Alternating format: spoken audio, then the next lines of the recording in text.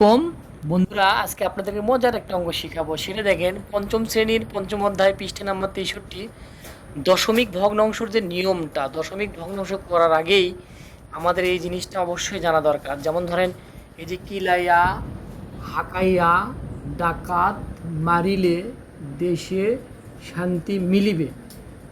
মিলিবে এই জিনিসটা জানা দরকার। কিলায়া হাকায়া ডাকাত মারিলে দেশে শান্তি মিলে, এটা খুবই ভালো করে জানা দরকার। যেমন ধরেন, কিলায়াতে কিন্তু কিলোমিটার হয়, আমরা এখানে মিটারের বেলায় করতে পারি। মানে আমাদের যে দৈর্ঘ্য পরিমাপের একক যে মিটার, ওই মিটারের বেলায় যদি করি তাহলে আমরা কি মিটারে হিসাব করতে পারি। যেমন কিলায়াতে কিলোমিটার, হাকায়াতে হেক্টোমিটার, ডাকাতে ডেকামিটার, মারিলেতে মিটার, দেশে দেশে মানে ডেসিমিটার, শান্তি মানে সেন্টিমিটার, মিলিবে মানে মিলিমিটার।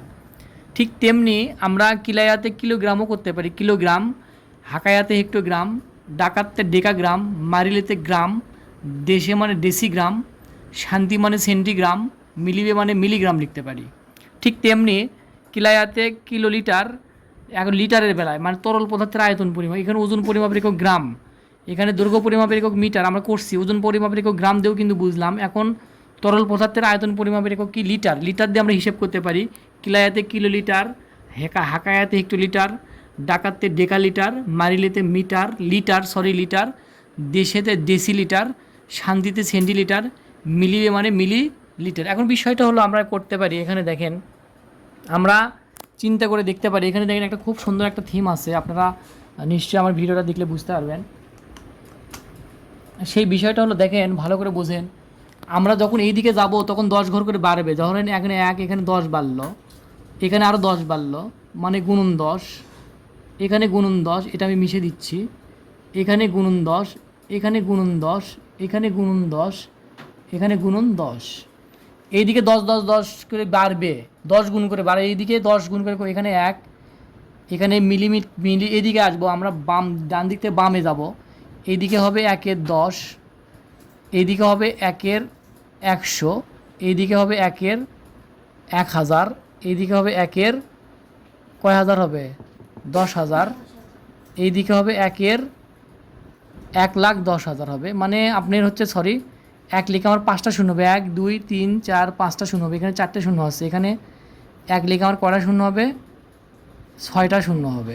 এই হলো আমাদের হিসাব। মানে বিষয়টা আমি আরও ক্লিয়ার করে দিচ্ছি। দেখবেন আমাদের 1 কিলোমিটার যদি বলে 1 কিলোমিটার সমান কত হেক্টোমিটার, তাহলে 10 হবে।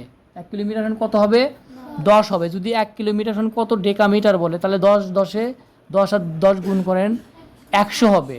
আমাদের বেশিরভাগ আমাদের কিন্তু অঙ্ক আসে 1 কিলোমিটার সমান কত মিটার, তাহলে আমরা অনেকে বলতে মুখস্থ বিদ্যা করি 1 কিলোমিটার সমান 1000 মিটার বলি, কিন্তু 1000টা আসলে কীভাবে দেখেন, 10 গুণন 10 100, 100-র সাথে আবার 10 গুণন করেন তাহলে কিন্তু 1000 আসে। আবার অনেক অঙ্কে আসে দেখেন, এখানে আসে 1 মিটার সমান কত সেন্টিমিটার, তার মানে 1 মিটার সমান 10 ডেসিমিটার, তাহলে 1 মিটার সমান কত সেন্টিমিটার, 10 আর 10 গুণ করেন 100 সেন্টিমিটার, 1 মিটার সমান 100 সেন্টিমিটার। আবার দেখেন এখানে আসে 1 মিলিলিটার সমান কত সেন্টিলিটার, তাহলে আমার এই অঙ্কটা কিন্তু আমরা এইভাবেও করতে পারি। দেখেন এখানে দশমিক আসবে, আমরা কিন্তু এইভাবেও করতে পারি 1 মিলিলিটার সমান কত সেন্টিমিটার, তাহলে এই যে উপরে 1 আছে নিচে 10 আছে, 10কে যদি আমরা ভাগ করি, দেখেন 1 কিন্তু সরি 1 10 দিয়ে কিন্তু একক ভাগ করা যায় না, যায়, তাহলে এখানে দশমিক দিয়ে শূন্য, এখন কিন্তু যায় 10 হবে। তার মানে এটার অ্যান্সার কিন্তু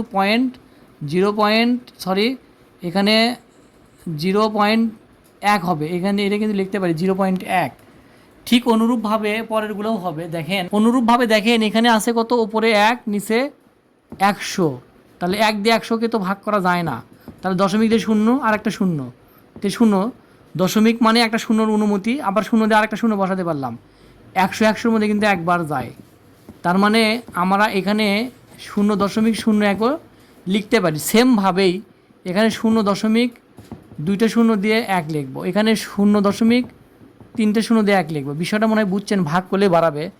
এখানে 0.4টে শূন্য দিয়ে লিখতে পারি, 1 2 3 4টে দিয়ে লিখতে পারি। এখানে আমরা 5টা শূন্য দিয়ে লিখতে পারি, 1 2 3 4 5 1 লিখতে পারি, এটাও লেখা যায়। এটা ক্যালকুলেশনটা ভালো করে বুঝবেন, কিলাই হাকায় ডাকাত মাইলে দিয়ে বুঝবেন, তাহলে আপনারা ইজিলি অঙ্কটা করতে পারবেন, একদম পানির মতো সহজ হয়ে যাবে ইনশাআল্লাহ।